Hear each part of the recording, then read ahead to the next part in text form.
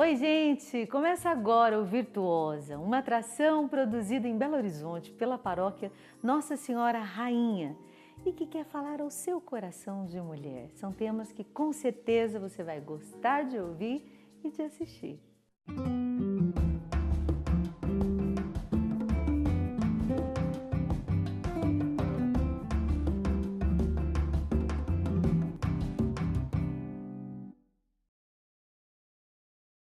Hoje nós vamos conversar sobre as relações humanas em tempos de celular. Eu não posso nem perguntar o que mudou depois que esse pequeno aparelho entrou de vez no dia a dia das pessoas, não é mesmo? E para conversar sobre isso, nós vamos receber a querida Patrícia Ragone. No quadro Arquitetura e Decoração, Estela Neto sobre cozinha. O que esta parte da casa deve ter para ser funcional e super moderna? Vem comigo, porque o Virtuosa já está no ar.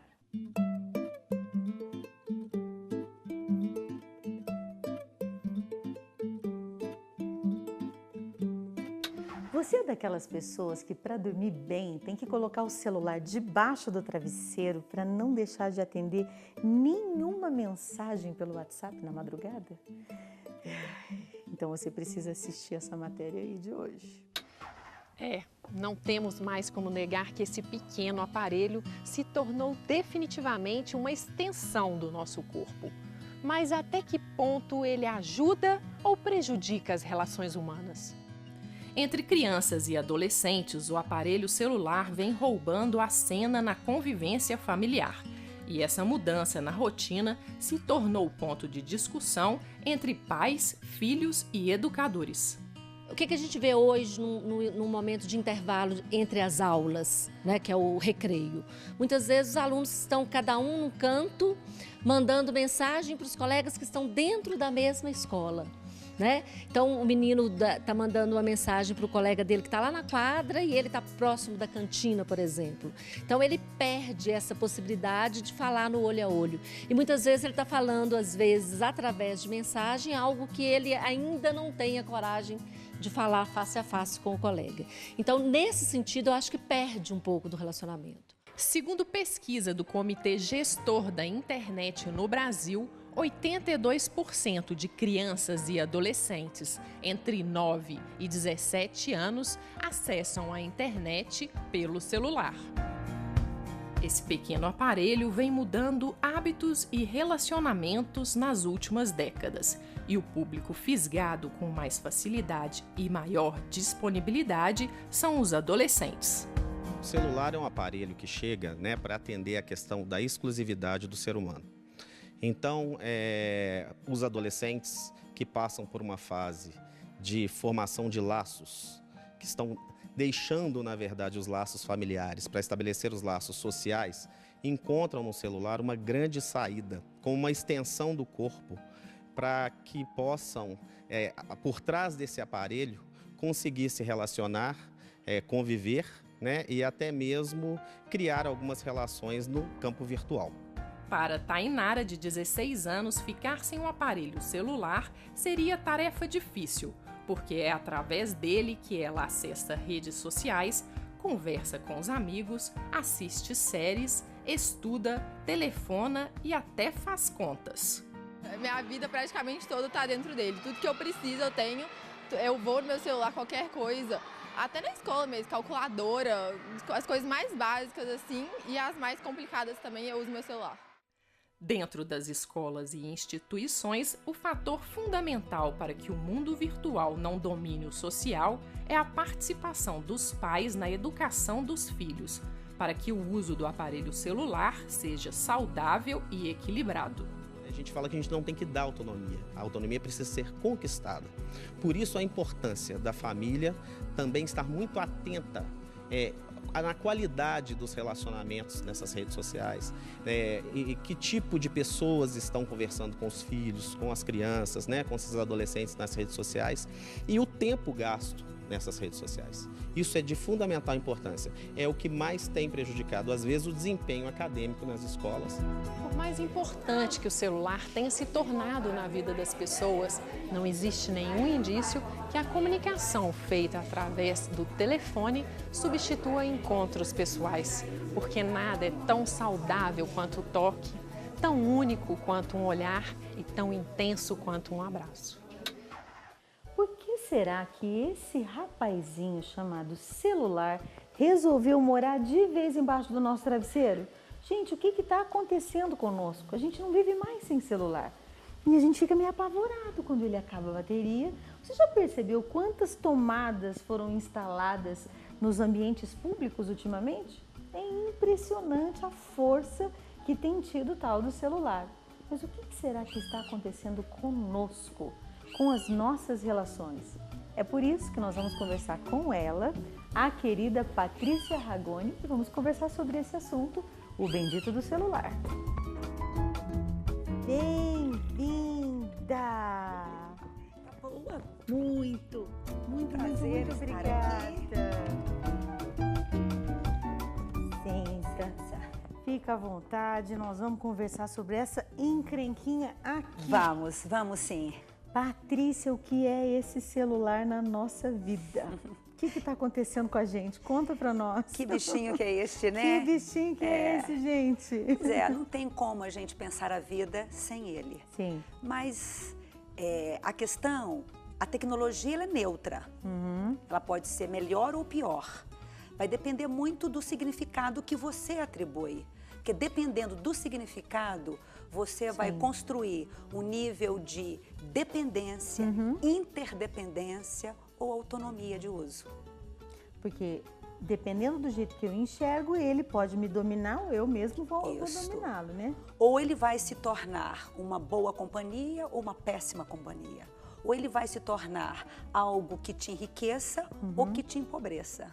Realmente eu me policio, o uso do celular, ele incomoda o meu parceiro, ele reclama bastante e também eu acho ruim se ele ficar tanto tempo no celular. Então, de fato, eu vejo que as pessoas estão realmente no celular o tempo inteiro. É um mal do século, eu mesma me pego passeando na rua, foi assim que você me viu. Então, eu acho que é um mal necessário, esse vício quando você percebe, ele já te pegou, mas eu confesso que é um mau hábito e eu tento me policiar.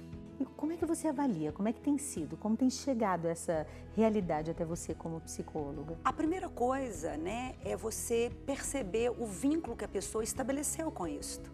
E se a pessoa é uma pessoa muito carente de vínculos primários, ela se torna, inevitavelmente, presa mais fácil do uso do celular. E essa história de dormir com o celular embaixo do travesseiro e ficar naquela ansiedade de ver quando ele tocar que não pode deixar ele sem atenção? Também é essa ausência Com certeza, isso já seria um sinal patológico da relação estabelecida. Porque, na realidade, né, é como se ele fosse quase que um anexo seu. Sim. Fosse uma parte sua, né? Quando na realidade ele tem que ser, né, visto como um acessório e não uma parte integrante à sua vida. A gente acabou que se tornou dependente do celular, né? Então hoje tudo é feito no celular, até mesmo coisas de trabalho, a gente comunica pelo celular, então a gente ficou um pouco dependente disso. Então, como é que você acha e como é que você vê que ele tem interferido nas relações? Olha, eu costumo dizer que nós estamos num século que daqui a pouco o produto de luxo é quem consegue viver e se comunicar sem o celular. Porque, na realidade, quem se comunica sem o celular ou com o uso adequado de celular é alguém que não abandonou o desenvolvimento das habilidades sociais reais. Porque as pessoas hoje não estão sabendo se escutar, sabendo falar diretamente umas com as outras. Eu posso, às vezes, no meu ambiente de trabalho, por exemplo, optar por, ao invés de ir na mesa do meu colega fazer um pedido, eu posso passar um WhatsApp para ele. Porque, na realidade, do que eu passo um WhatsApp para ele, eu não tenho que me dar o trabalho de me relacionar com o que poderá vir a ser a reação dele ao meu pedido. E eu parto do princípio que eu possa usar mais os acessórios, né, do meu objeto do que fazer uma prevenção em relação ao que possa ser a reação dele. E você saber se comunicar com o outro é você estar aberto à arena das paixões, é você poder contemplar nuances de emoções. E que, com certeza, alguém que fica escravo disto vai desconhecer esse mundo. Hoje em dia o povo só fica no celular, sai, nem conversa mais, não tem mais esse negócio. Acho que favorece, mas atrapalha.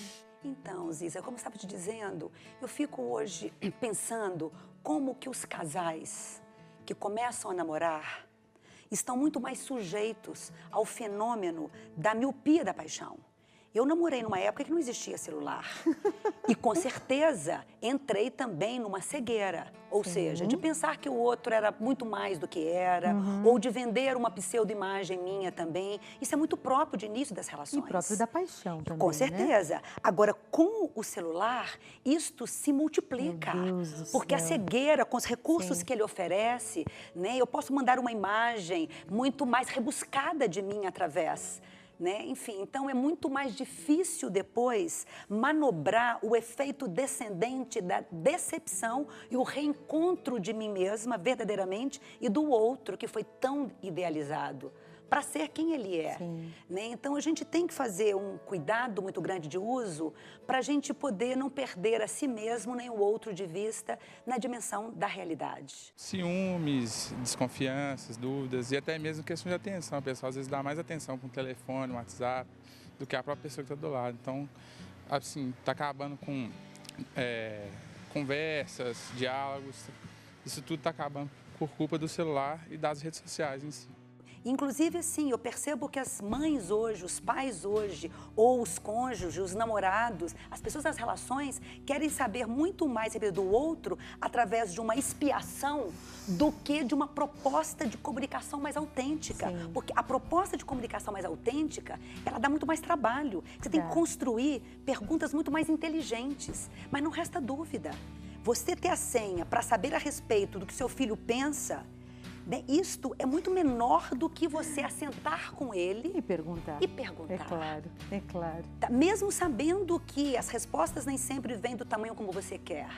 Mas os pais se enganam muito achando que vão saber muito mais através de uma expiação do que de uma relação. Dentro de casa, sim. Porque aí cada um fica no seu cantinho fazendo suas coisas. Então devia estar todo mundo junto, integrado. Aí cada um está no seu cantinho. E quando interrompe, se a pessoa está muito intertida, ainda acha ruim.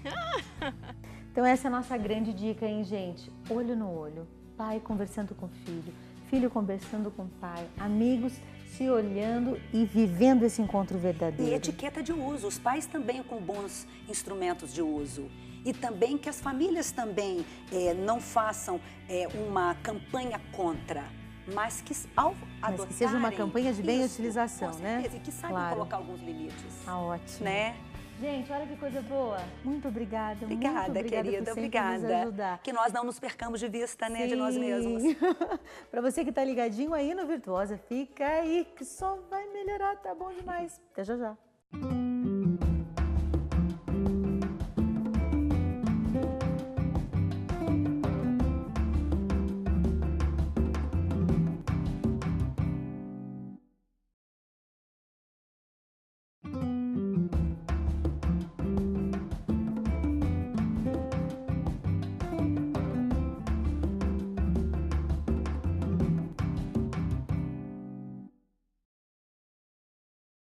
Estamos de volta com o Virtuosa, um programa que quer falar ao coração da mulher. Agora vamos assistir ao quadro Arquitetura e Decoração com Estela Neto. O tema de hoje será cozinha. Como montar uma moderna e ao mesmo tempo bem funcional. Olha aí! Olá, tudo bem? Eu sou Estela Neto, arquiteta, e hoje a gente vai conversar sobre um tema que interessa a todo mundo, cozinha.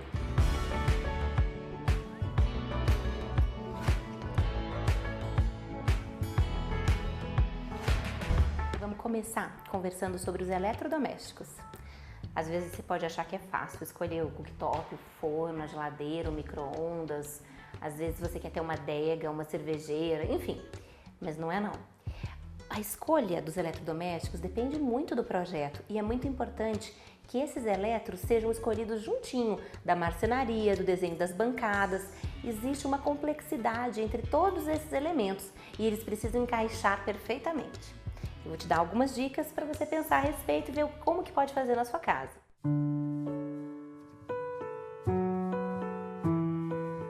Eu gosto muito da ideia de um cooktop, que é esse tipo de fogão.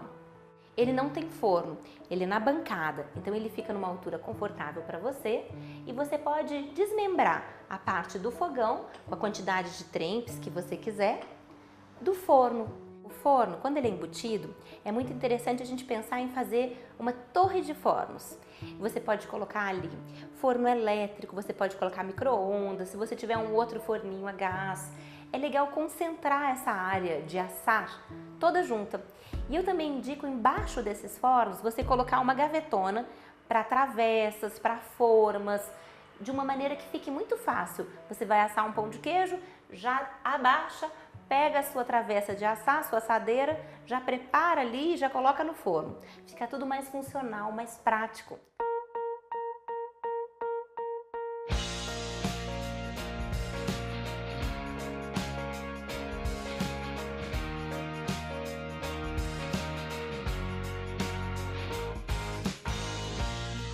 Uma outra coisa super importante na hora de projetar a sua cozinha é pensar quais são os melhores revestimentos para ela. Não dá para achar que você vai numa marmoraria e vai resolver isso rapidinho numa loja de acabamentos.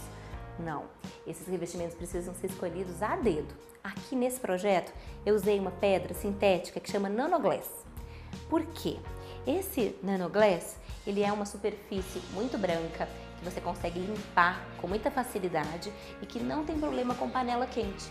E ao mesmo tempo te libera daquela eterna solução do granito para a bancada de cozinha. É feia, é ruim? Claro que não, mas às vezes você quer uma solução diferente, uma estética diferente. Então, essas pedras sintéticas que são resistentes ao calor, nem todas são, elas podem sim e devem ser usadas em bancada de cozinha.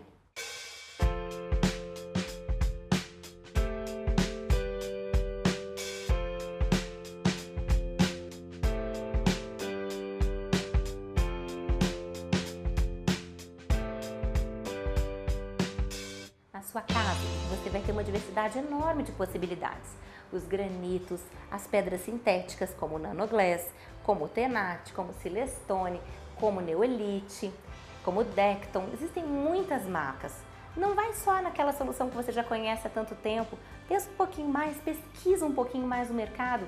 Assim você vai ter uma cozinha moderna, eficiente e linda. E bom, como a gente grava esse programa aqui em Minas, eu sei que lugar de mineiro é na cozinha. Então todo mineiro capricha muito por aqui. E você, sua cozinha é importante? Então investe nela. Pesquisa, olha com cuidado, porque além de ser um lugar que você usa muito, é também um lugar que você convive em família. Eu espero que vocês tenham gostado das dicas que sirvam, que inspirem vocês e a gente se vê no próximo encontro. Até mais! Ontem foi aniversário de uma amiga minha. Era 00:09 quando eu me lembrei. E aí eu pensei, manda uma mensagem ou telefono? Manda uma mensagem ou telefono? Bom, 9 minutos atrasada é melhor telefonar. Então eu liguei. 00:09 ela me disse, Fernandes! E a gente fez aquela festa no telefone. E eu dei parabéns. Ela me disse, deixa eu te contar uma coisa, que você foi a única pessoa que me telefonou hoje. E eu disse para ela, em tempos de WhatsApp, uma ligação é um buquê de flores.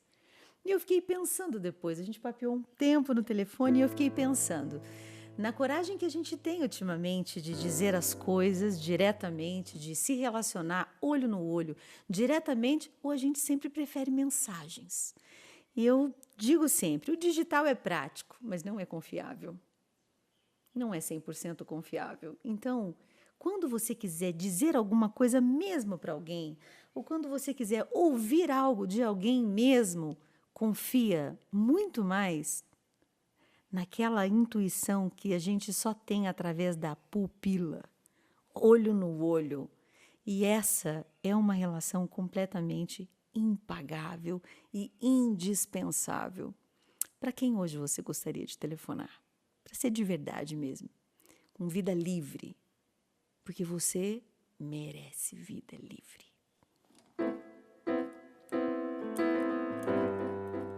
Vai pensando aí.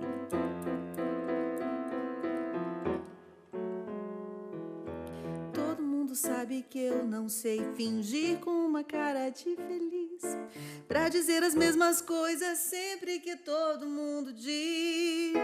Todo mundo sabe o que é certo, eu ainda erro até demais. Sigo uma estrada tão deserta, poucas vezes sei o que é ter paz. De consciência, de vida livre, sem conveniência pra se ter mais. De consciência, de vida livre, sem conveniência pra se ter mais. Todo mundo sabe o tempo é curto pra gastar com o que não vale mais. Chorar pelo passado não ajuda, o futuro só existe se o presente faz. Todo mundo vê, não é seguro. Construir na areia é um sonho bom, na rocha se esconde a força dessa vida. A verdade construída é um cais, um chão. De consciência, de vida livre, sem conveniência pra se ter mais. De consciência, de vida livre, sem conveniência pra se ter mais. De consciência, de vida livre, sem conveniência pra se ter mais. De consciência, de vida livre, sem conveniência pra se ter mais.